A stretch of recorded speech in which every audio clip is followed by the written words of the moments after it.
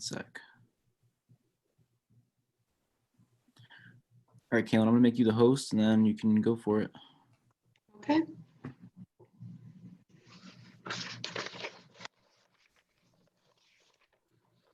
All right, so we are discussing tenant screening and rent collection. So I will first start out, I will share my screen with you guys. It's just gonna go through, it'll just go through the procedures that we have put together that we function and operate off of at Easy Street. So the first thing is finding a good quality candidate. This is really, really important. It may not seem like it because you're, in a rush to collect your rent income, things along those lines. And so you're pushing to get tenants in as quickly as possible. You really want to make sure that you're doing the correct screening, that we don't have any issues down the road. So some of the requirements that we follow are no evictions within the last 7 years, no felonies within the last 7 years, no judgments that include an amount within the last 7 years. Judgments that include an amount means that it's they're actively being pursued by a previous landlord. No violent crimes. The gross income must be 3 times the monthly rent, and we require proof of income, so security letters, check stubs, bank records, any of those things, just to show proof. And does anybody currently do property management, or you're looking at doing property management long-term? Long-term. Okay. Okay, so a lot of what we do here, we function off of the software, the platform AppFolio. So a lot of our applications go through AppFolio. AppFolio offers a tenant screening tool that provides us with some results. And then we also use TLO, which is part of TransUnion. So once we receive the docs with the application, you're going to do landlord references. That's a really big deal. So if they pass the background check, then it's kind of on to the next thing. You want to be checking multiple, whatever you're using for background checks to verify. Once they pass that, then you can push them on to the next round in the process. You don't want to waste your time or theirs. So that's why you want to make sure that they're passing everything before you put them through to the next step. Once they pass the TLO and the screening and AppFolio.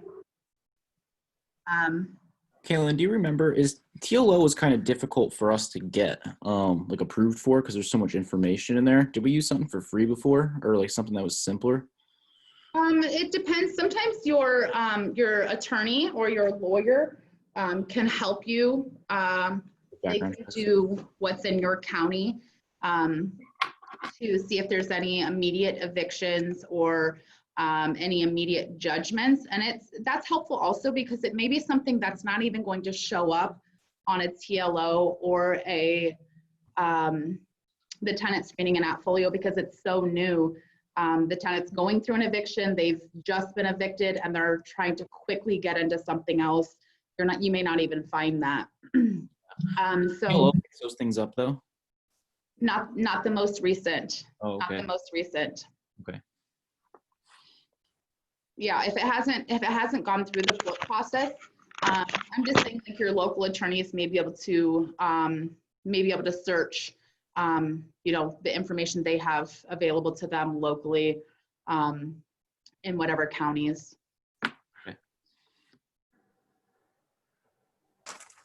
Okay, so your income evaluation, you're just making sure that they meet the monthly criteria, which is 3 times the monthly rent is what we use to qualify. We fluctuated that a little bit over time too, right? It's gone down, it's gone up.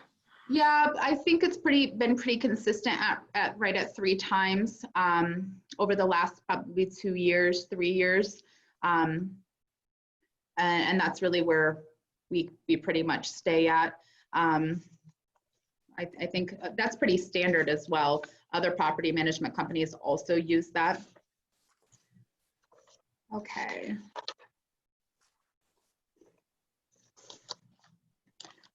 The other thing that it's not included in our rental application process, but just kind of tips and tricks that we've learned. Putting together a good application, a rental application policy and a rental application. If you're working with an attorney to put these documents together, that can be extremely helpful. That can set you up for, you know, basically if they lie or don't include any information up front, if you ever find it down the road, if your documents are created correctly or in a way that sets you up for success, you could immediately get those types of tenants out. You just want people being upfront and honest with you to be able to get good tenants in. Do you have a copy of that lingo on an app somewhere? Of which lingo? The lingo that sets you up so you can evict them faster if they lie. Or Yeah, we do have like a rental policy that we have put together that we were kind of using, and we were using it for another property management company and putting it together for here as well. Hey, Tyler, really quickly, there's somebody on the, it says to chat. Mm-hmm. Okay, I see, I'm sorry. Okay, I'm not super familiar with Zoom, so sorry about that. So yeah, those documents like that to put together immediately, it'll really just like kind of give you a good cushion. I don't know, I find it easier that way. You want your supporting docs put together. Does anybody have any questions on tenant screening or anything so far? I have one question.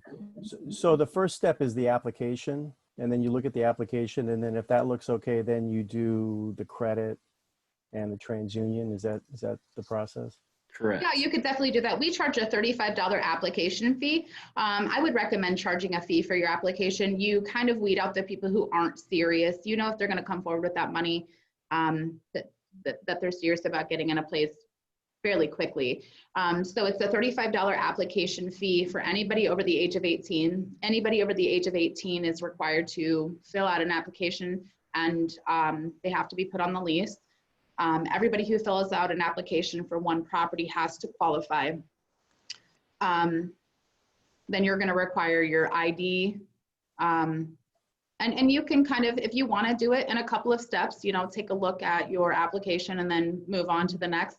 But I would recommend doing screening questions. If you have somebody who's reached out to you and they're interested in a property with your management or under your ownership, I would pre-screen them. I would just ask them or tell them what you're looking at. We do require 3 times the monthly amount for rent. We do require nobody can have any evictions or felonies within the last 7 years. But be very upfront with what you're looking at, because essentially you could be wasting their time and yours, and you could be on to a different candidate.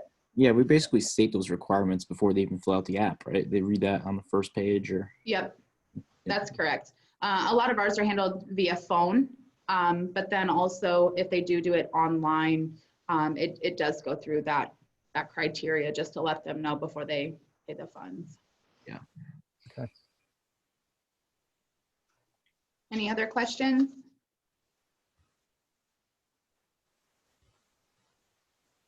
Yeah, I have one question. Would you be able to share that PDF file with us? The process PDF? Yeah. Yeah, KaLynn, you can send that to me and I'll get it. Okay. Thank you. Yep, it'll be in the YouTube link.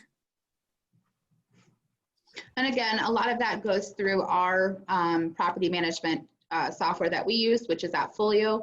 If you've done any research, it's probably one of them that you've heard of. There's a lot of very, very helpful information in there, and tools and resources, reports all kinds of resources to help you really be successful. Yeah. But yeah, I could definitely share that. Yep.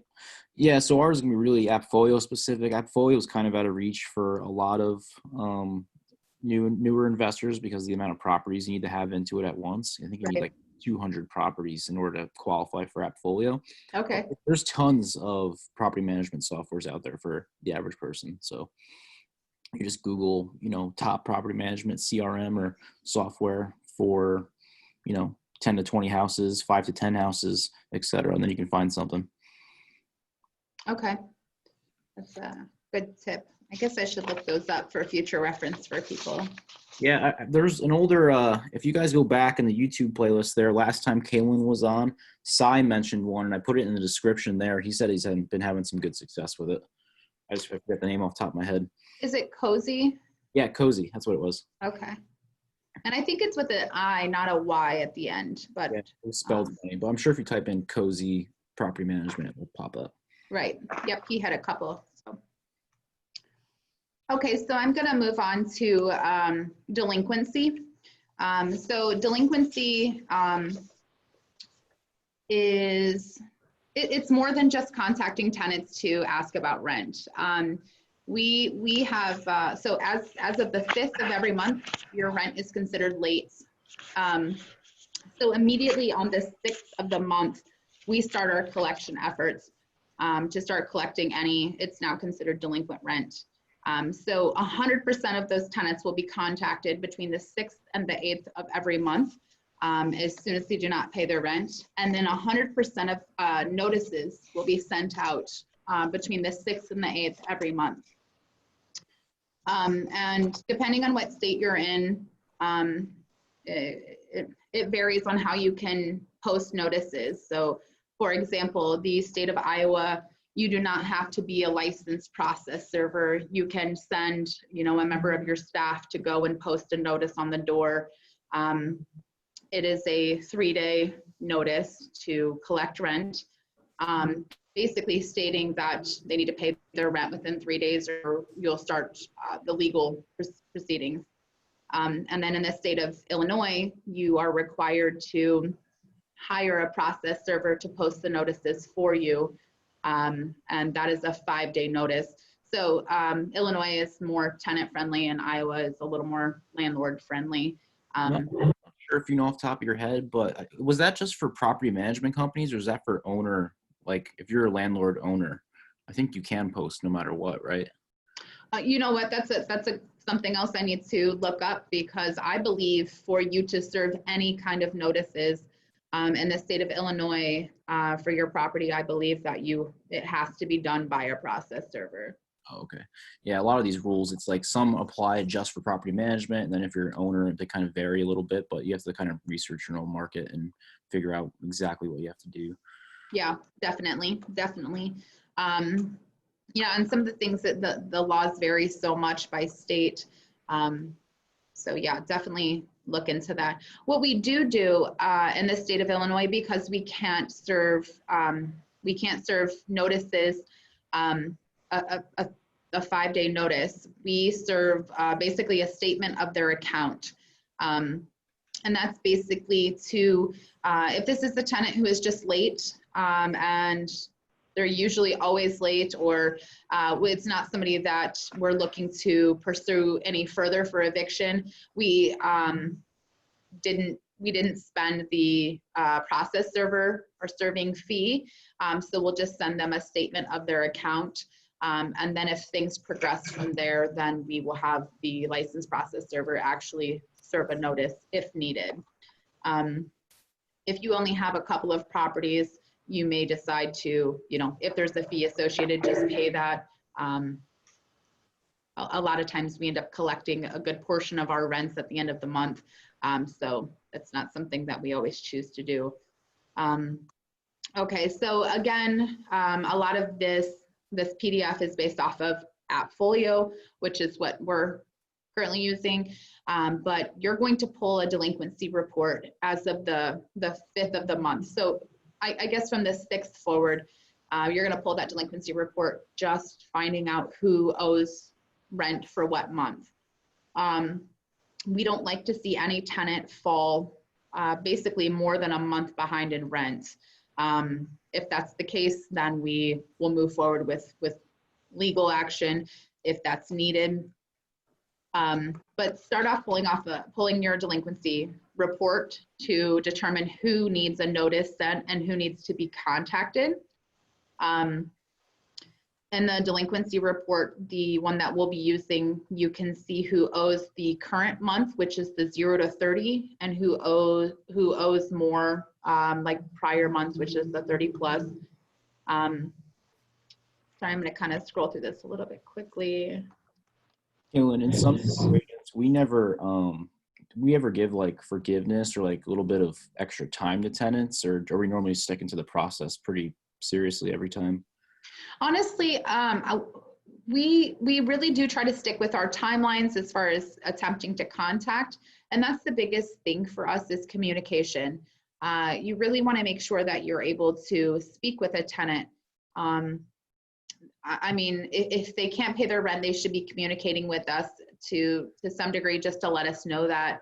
If not, then it really doesn't leave us any other option other than to assume that they're avoiding paying rent. So we will try to reach out in the multiple different ways, which is, text messaging, emails, phone calls, and try to reach them every way possible. If by the 15th of the month we have not been able to contact them, we haven't heard from them in any way, then we would send somebody to do an occupancy check. Sometimes people skip out, they can't pay their rent, they just move. So in an effort to leave a property vacant for too long, we just kind of go and check to find out if they're still living there. Mm-hmm. Okay, so this just kind of goes through all of the communication efforts that we use.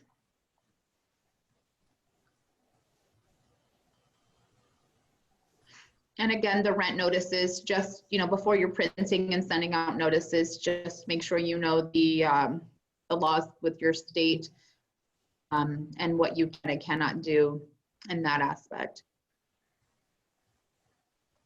Do we have like an example notice in there in the process? Not in the process. Let me pull one up here. Sorry, really quickly.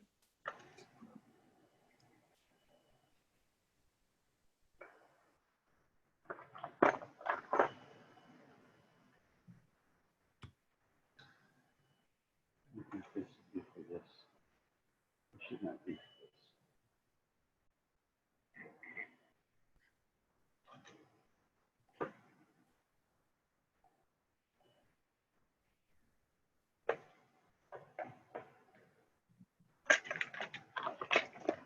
And KaLynn, when you're back to Zoom, if you could hit Sergio's mute button there. I think he's walking or something with his phone.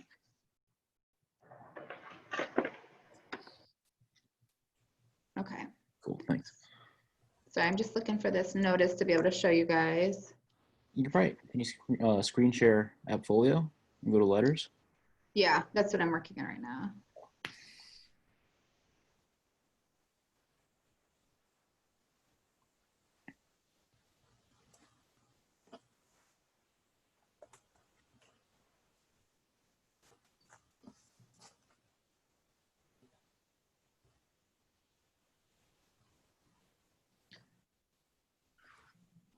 Cool, yep. So this is for Iowa.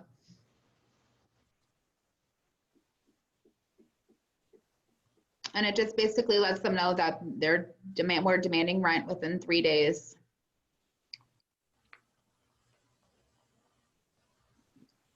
And then If you guys want to copy this, I can when you're in the replay, you can either pause there, or I think I can dig up a copy and put a link to a PDF there you can grab off of. But I mean, it's Iowa specific, but it'll give you a good idea of what you need. Mm-hmm.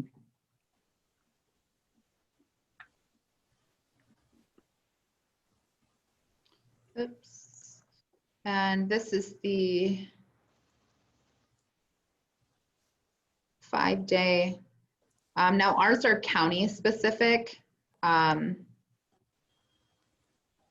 a lot of this is just dependent on the laws and timelines and your location.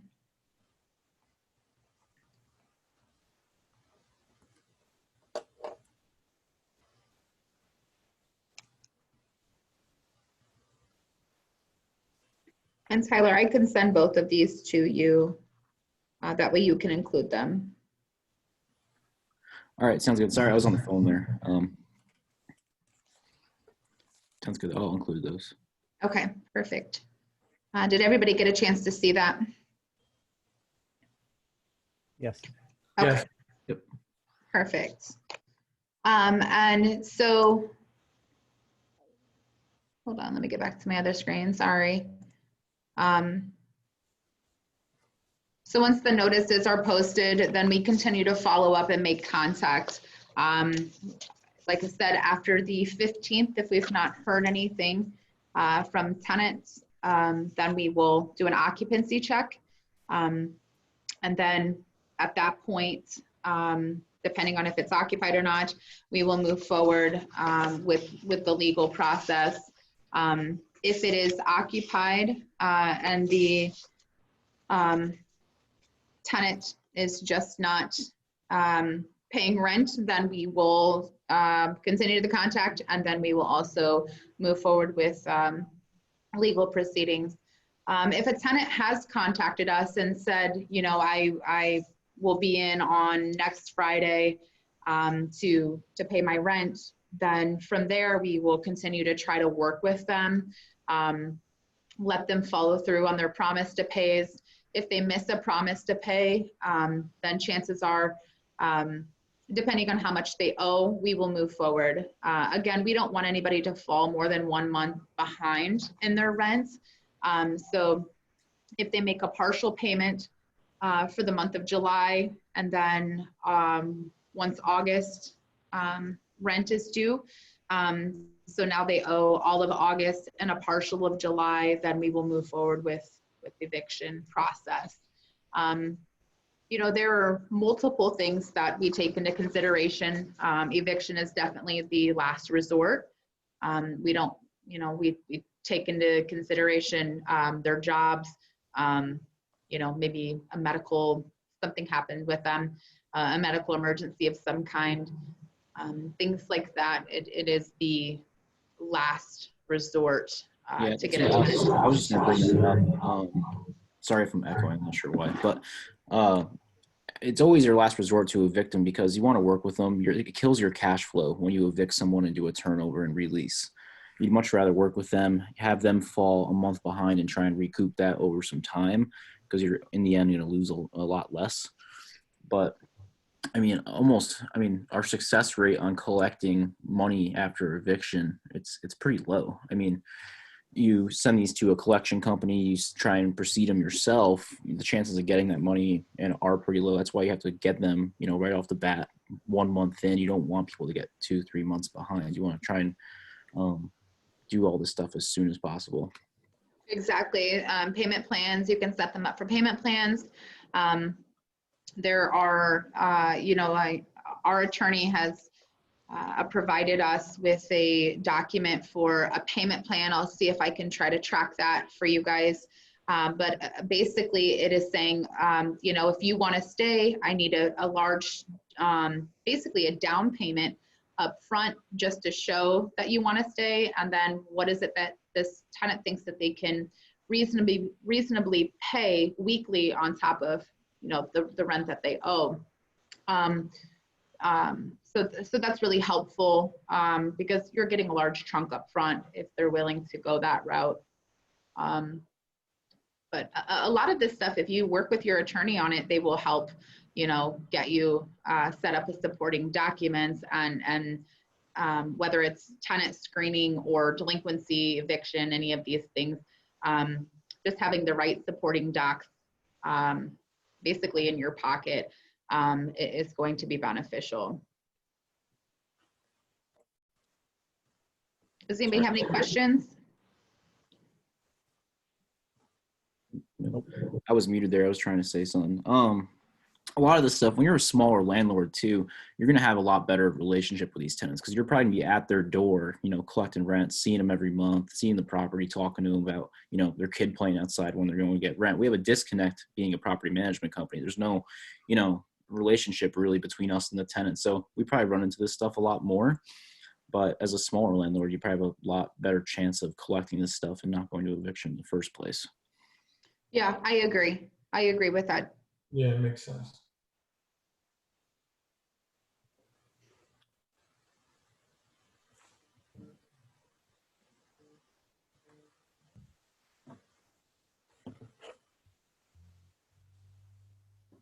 Is there any other questions or anything else you would like me to share, Tyler? Anything I may have missed?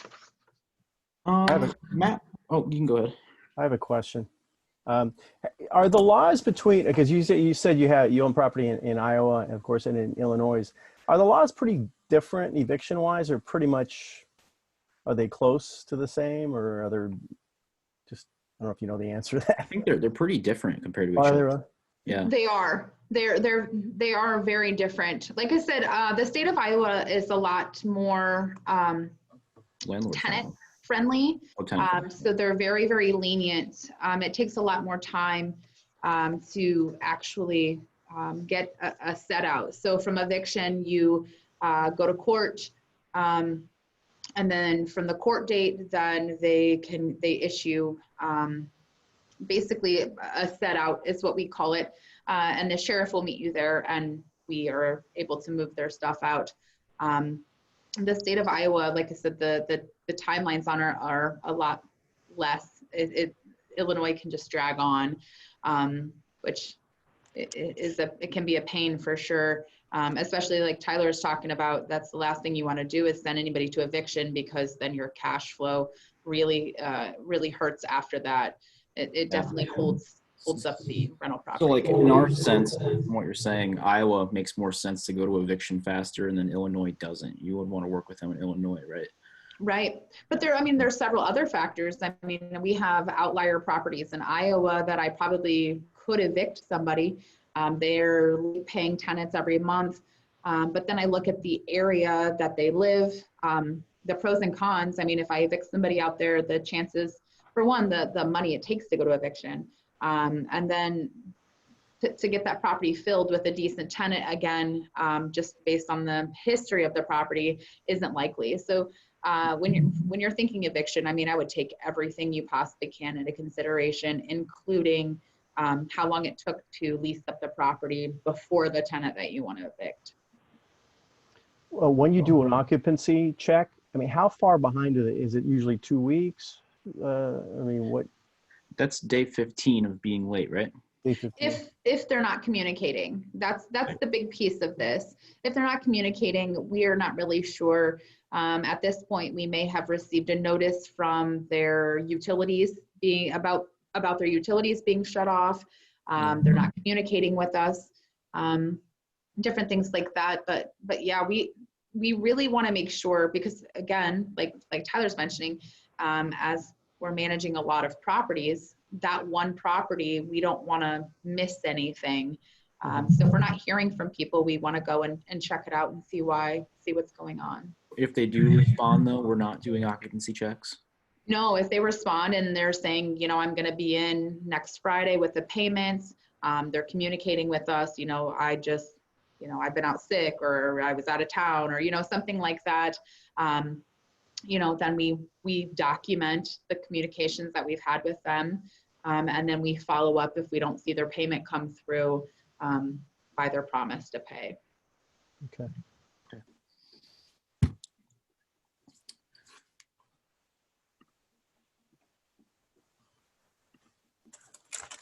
So is it all you had for stuff pulled up for now, KaLynn? Yeah, is there something else you wanted me to look into or bring up? Well, Matt wanted us to talk about like rent collection tips and tricks. And maybe like we can talk about like rapport building with tenants and stuff like that.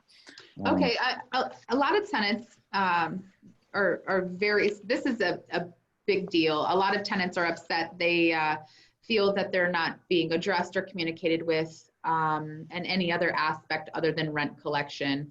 So this is very, very important. We've started implementing, and we're trying to grow this kind of tenant retention, tenant relations, kind of a relationship with our tenants. Basically, trying to partner with area businesses with coupons, move-in specials, maybe moving trucks. We've recently started to send out communications weekly, Monday, Wednesday, and Friday. So we came up with Money Saving Monday, Workforce Wednesday, and Family Friday. So Money Saving Monday, just sending out helpful tips and tricks for their household. You know, maybe buying curtains will help you save on your electricity bill or your heat bill. Just different things like that. For them to kind of save money, whether it's through their household or groceries or basically any of the necessities. Workforce Wednesday, as we have researched our local area, the jobs that are available, and we're basically just pushing job listings, especially like during COVID. You know, people have been laid off, their hours have been cut. We just want to make sure we're pushing resources to help the tenants if they need that. And then Family Friday, it was just something to give them maybe area events, things that are happening, festivals, museums, any special things or happenings going on in the area. So like I said, we're really trying to build this where we're not just reaching out to say, where's your rent? We're reaching out. We have a birthday email that gets sent out on the tenant's birthday.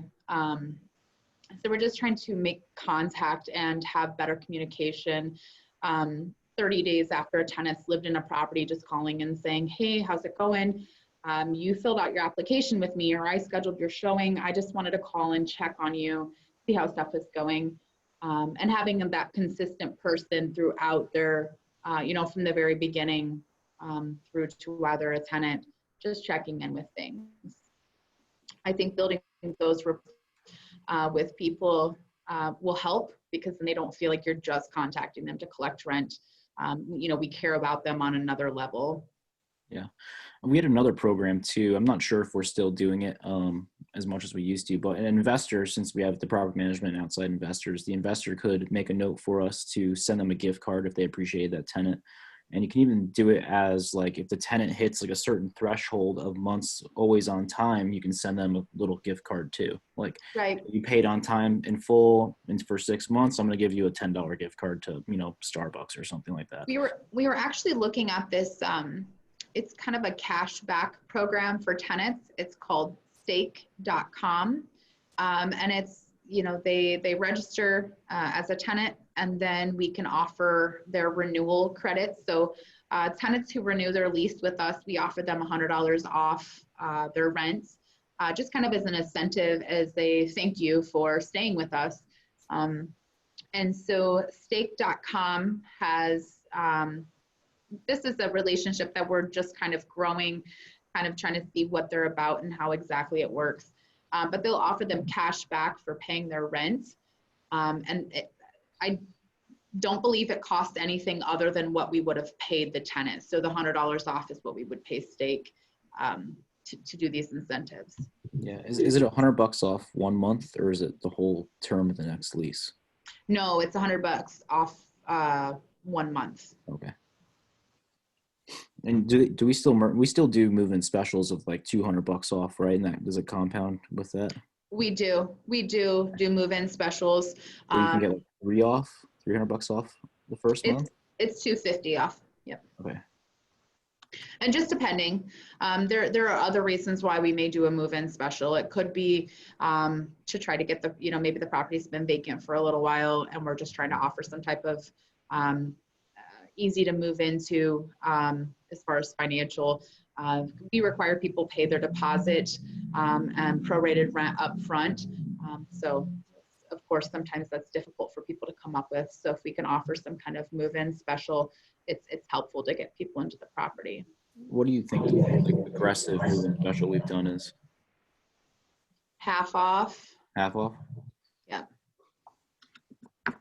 Yeah, Half off first month's rent and then full deposit, right? right. Okay. Right. All right.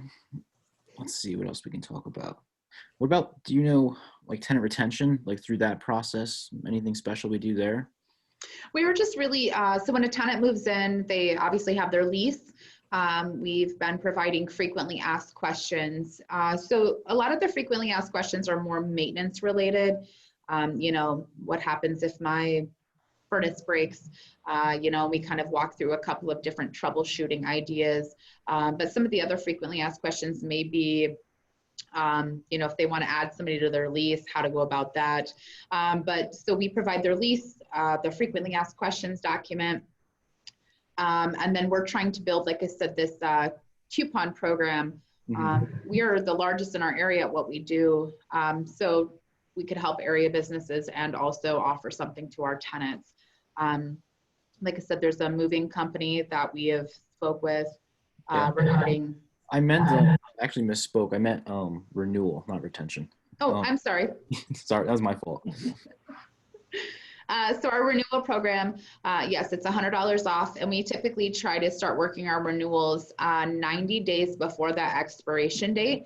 We have a lot of moving parts on our end. So if we can contact the tenant just saying, hey, your lease expires in 90 days, and try to get things going there.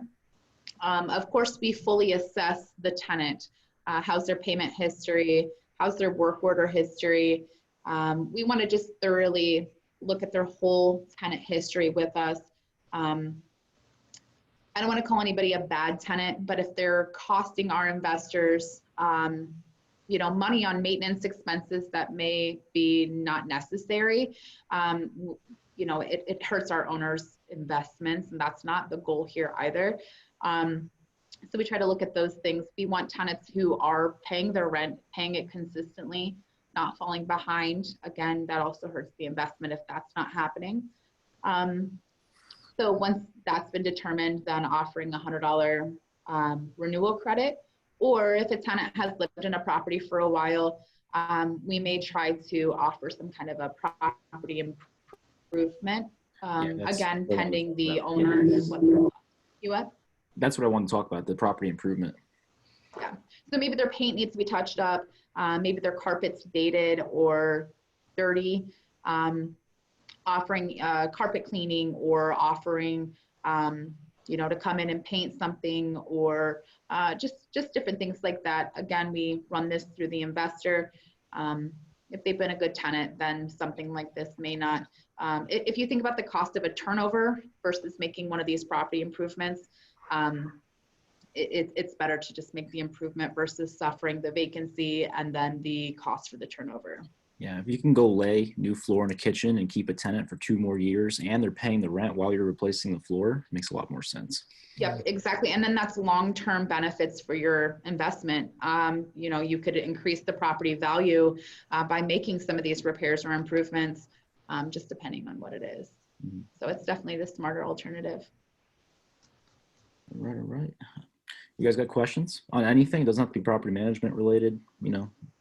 I have a question. I know that you you run credit and you check to see if they have any evictions. Do you look at stability also? I mean, how long they were the previous, you know, place they lived at? Do you take that into consideration as well? Is that going to? We do landlord references. I'm sorry, I don't think I focused enough on landlord references.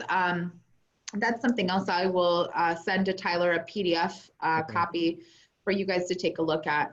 But we try to get 3 landlord references for each applicant.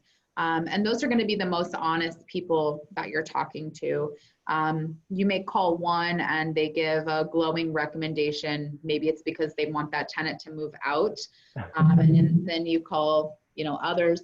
But that's really going to tell you if they're paying rent. But more importantly than that is the conditions that they left the property when they moved out. I feel like if we would have received landlord references on some of the tenants who trashed the properties when we left, I just don't think people start doing that. So landlord references, that's huge. Okay. Any other questions? Nope. Trying to come up with some questions. Yeah, take advantage of the time when we get it. Where are you guys from? I'm in Los Angeles. I In mean, the LA area. You're in Atlanta? Where did you say? Reynold, I'm in Connecticut. Oh, okay. Okay, got it. How are the landlord tenant laws there? Have you guys done any research on those? I haven't done any research. I've been planning on picking up rental properties at beginning of this year, but then with everything happening, so I was kind of like waiting for the dust to settle with the virus and stuff like that. Yeah, definitely. And waiting, hoping that, not hoping, but, some investors talking about we might be having like somewhat a little minor recession. And I was thinking I could pick up properties, cheaper. So I'm just waiting. Mm-hmm. But I hear a couple of my friends that are landlords, and they're saying that it's definitely a state where the tenant could drag it out. So it's not benefiting the landlord. These tenants, they'll drag out the process for like 6 months over here before getting evicted. That's a long time. I really, I don't think we have anything that is like that even in Illinois. Like I said, I think your safety net is your attorney, your legal aid and advice. That's going to be the most helpful. The most that it can really drag out is 2 months, and that's waiting for a trial. Waiting for the eviction to go through. And then if a tenant requests a trial, which is typically to buy themselves more time, which is 30 days. So that's what it is in Illinois. But if it's 6 months, that's crazy. And then with COVID. Yeah, I don't know exactly, but my friends were telling me that they went through one where it was like 6 months and he wasn't getting paid. And right now he has 2 tenants that are not paying because of the whole COVID thing. So yeah. Exactly. Actually, I got nervous about like the rent forbearance and all that stuff from COVID too, and I just started Airbnb-ing my unit downstairs because short-term contract, there's no eviction laws on those. So right. it's a good idea. On Airbnb, you could find people that'll rent the place for months at a time if they switch jobs and go work somewhere. Maybe they would work remote. Mm-hmm. You said Iowa's pretty tenant friendly compared to Illinois. Iowa's more landlord friendly. Like for example, Iowa, we have the 3 day to pay rent. In Illinois, it's 5 days. Okay. And I think California is very tenant friendly. Is that true? Do you know much about the? I've never really rented out property, and I've rented out property in Nevada. Okay. And, that was, from what I remember, they were tenant friendly. But California, I don't know much about the tenants here. And I've always paid my rent when I rented, so. so I don't know what about the laws there. But it's interesting how the states are different. It really is. It makes it kind of difficult, but it is really interesting. And it goes down to counties too, right? Counties can have their own rules. Yeah. Yeah. And I think the counties are more their timelines as far as court, how long it takes to get in and actually go for the eviction court and trial. That's more by county. Yeah. I know that here in Los Angeles, there is a program to help renters now, from what I saw this morning on TV. So they're rolling that out. I don't know, do they have something like that in Iowa and Illinois where they're? Yeah. So the state, the city of Davenport, which is where we're located at, they actually came out with a program. And we sent that to all of our Davenport tenants immediately. The city actually kind of notified us before they went live with it. And as soon as we had the information, we started just blasting it out to people. And there were, of course, you had to meet certain criteria to qualify. The state of Illinois, we contacted all the local cities that we have properties in, and unfortunately nobody offered anything other than your, local churches and, you know, things like that. So. Yeah. Yeah. So I'm trying to think of questions. So Yeah. you guys, what's has it been pretty, this has nothing to do with real estate. What's the weather like been in, and you guys are in Iowa, right? Yes. Yeah, Iowa. It's been hot here. Really? It's like 95 every day and kind of miserable outside. The last 2 days haven't been too bad. It's only been about 84. It cooled down a little bit, And but Connecticut's been good or warm? It's Or? about like 85 out here. It's Oh, that's been not bad. 80s. let's talk about your guys' portfolios and what you're doing growing. Like, how many houses you got? What's your strategies with them? So me, I don't have any rental properties. I've been doing flips for the last couple of years, so that's what I've been focusing on. I probably do 2 at a time, and I'm looking to scale. That way, I can do 5 to 10 a month. Hopefully, like Matt, so that's what I'm focusing on now. You put work into them yourself? Are you there doing stuff and helping out? No, I don't do No. that. I hired the contractors. I got guys, for plumbing, electrical, and everything. I oversee it. I go to the properties every day and stuff like that. And I'll do minor Home Depot runs and stuff. Yeah. Don't get too carried away with the Home Depot runs. Yeah, I know that it takes up my time. And last month and, last couple of months, I was stressed out because of that. I hate going to Home Depot. Yeah. Even though it's, to help my project, but I'm over here hauling sheetrock, throwing it on my truck. Your guys, are they hourly or you pay them, I flat? paid them by the job, not hourly. Okay. That's something I should look into, but I talked to one of my friends. He pays hourly, and then he finds that it's taking them longer. Yeah, they'll they'll just check it drag out, but you'll probably be doing more Home Depot runs too if you're paying them hourly. Mm-hmm.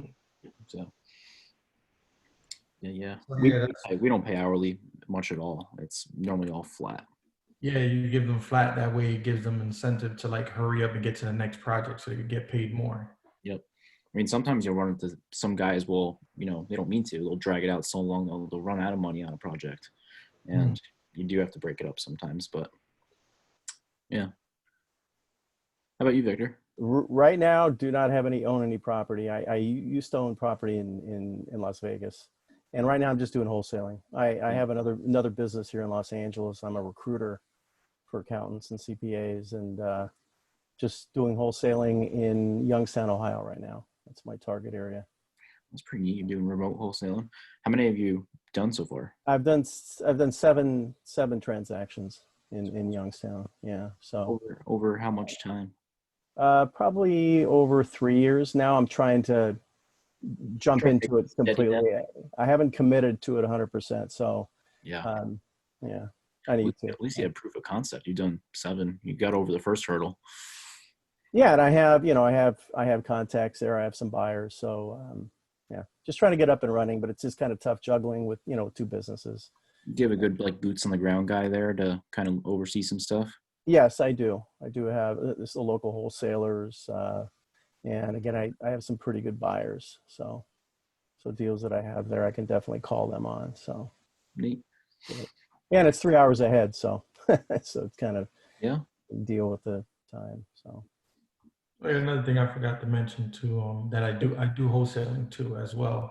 Yeah. I've been doing that's how I actually started out. I started doing a lot of wholesaling, then I got into doing rehabbing.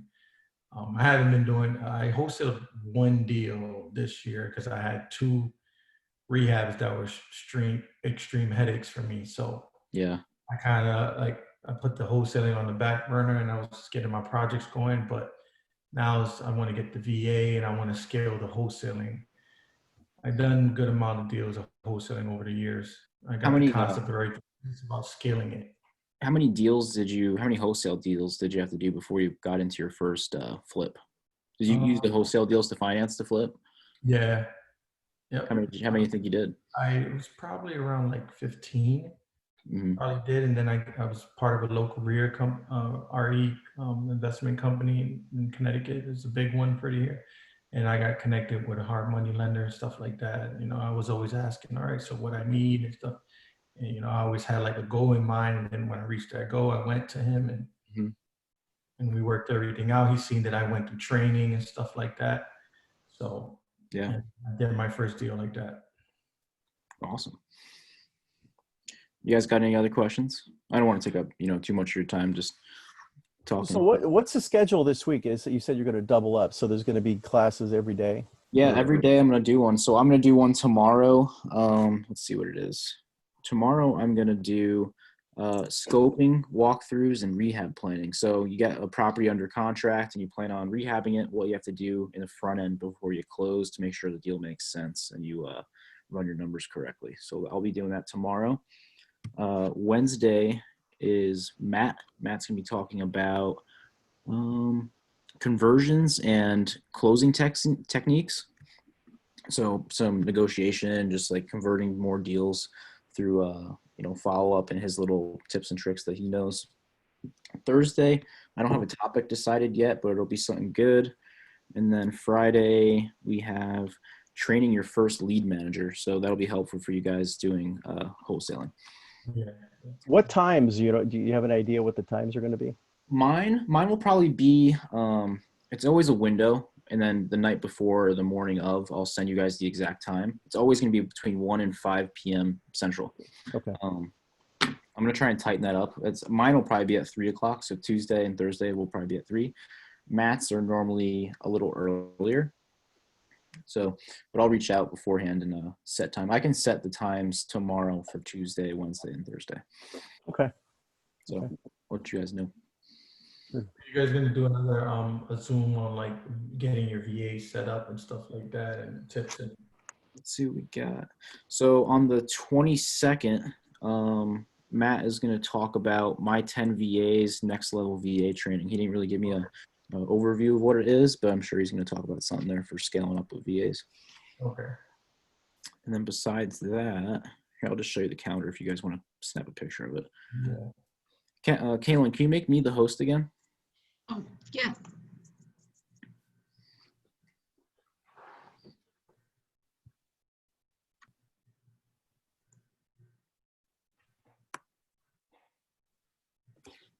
Cool.